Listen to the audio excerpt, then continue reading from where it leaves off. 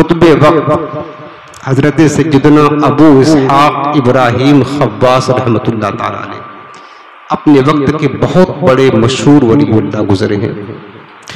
وہ فرماتے ہیں کہ میں 17 برس تک جنگلوں میں، صحراؤں میں، بیابانوں میں گھومتا پھرتا رہا، مختلف مقامات پر اللہ کی عبادت کرتا اور سیر و سیاحت کرتا. فرماتے ہیں کہ ان 17 سالوں میں میری زندگی میں سب سے عجیب و غریب بات جو پیش آئی وہ یہ تھی کہ جنگل و بیابانات صحرا میں سیر کرتا رہا. ایک دن میری ملاقات ایک ایسے شخص سے ہو گئی کہ جس کے نہ دونوں پیر تھے اور نہ دونوں ہاتھ، کچھ بھی نہ تھا، بچا کیا تھا، اور وہ گھسڑ کر کے چل رہا تھا زمین سے. تعجب کی بات ہے، دونوں پیر بھی نہیں، دونوں ہاتھ بھی نہیں، گھسڑ کر کے چل رہا تھا. فرماتے اس کو دیکھ کر بڑا تعجب بھی ہوا، ترس بھی آیا، اس کے قریب گیا.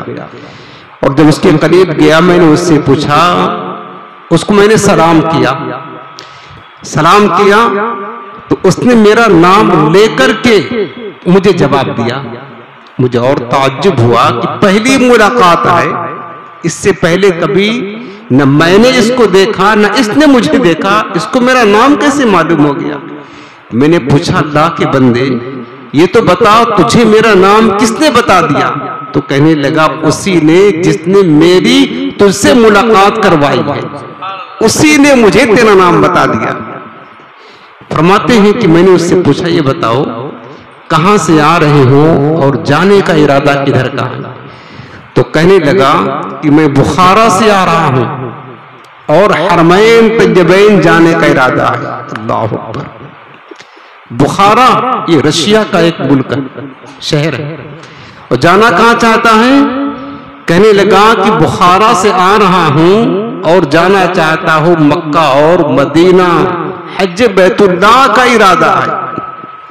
فرماتے ہیں کہ یہ بات جب اس نے کہی تو مجھے بڑا تعجب ہوا، اور میں سوچنے لگا کہ یہ بندہ کتنا معذور ہے، کتنا کمزور ہے. کہاں بخارا، اور بخارا سے یہاں کیسے پہنچ گیا، اور پھر مکہ اور مدینہ کیسے پہنچے گا؟ وہ تو بہت دور ہے.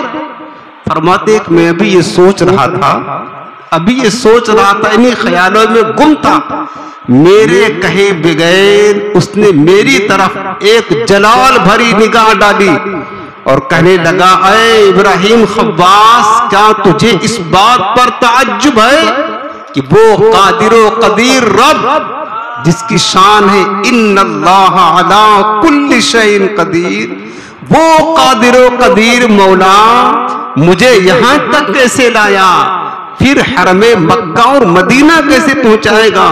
کیا تجھے اس پر تعجب ہے؟ یہ کہہ کر فرماتے وہ رونے لگا، زارو قطار رونے لگا. میں نے اسے تسلی دی، سمجھایا کہ گھبرا مت، اللہ رب العالمین سے امید رکھنے والے، اس کی رحمت کے آس لگانے والے کبھی محروم نہیں رہتے. اللہ اپنے بندوں کو اپنی رحمت سے مایوس نہیں کرتا، گھبرا مت. یہ کہہ کر میں چلا گیا. ابراہیم خواص رحمۃ اللہ علیہ فرماتے ہیں اب دیکھو پیارے، جب نیت آسان ہو، سچی طلب اور تڑپ ہو، رب العالمین منظریں کھول دیتا ہے، راہیں آسان کر دیتا ہے. فرماتے اسی سال میرا حج پر جانے کا ارادہ تھا. حج کا موسم آ گیا، حج کے ارادے سے میں کعبہ معظمہ پہنچ گیا. فرماتے میں کیا دیکھتا ہوں، میں کعبہ پہنچا، کیا دیکھا کہ میرے پہنچنے سے پہلے وہ دیوانہ جو معذور تھا وہ کعبے میں پہنچا ہوا ہے. سبحان اللہ. ابھی میں طواف شروع کرتا، اس سے پہلے وہ طواف میں گھسڑ کر طواف کر رہا ہے. سبحان اللہ. میرے عزیزوں، یہ رب العالمین کی بارگاہ کے فیصلے ہوتے ہیں.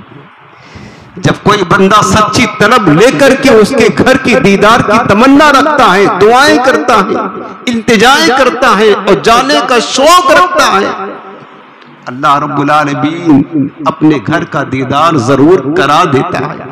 نہ دونوں پاؤں ہیں، جسمانی کیفیت نہیں کہ وہاں تک پہنچا جا سکے، معذوری ہے، کمزوری ہے، لیکن فرماتے ہیں مجھ سے پہلے وہ آ کر کے طواف کعبہ کر رہا تھا تو سچی طلب بندے کو وہاں تک پہنچاتی ہے جہاں تک ہمارا گمان بھی نہیں پہنچتا. یہ ہوتا ہے، یہ ہے تڑپ حرمین طیبین کی.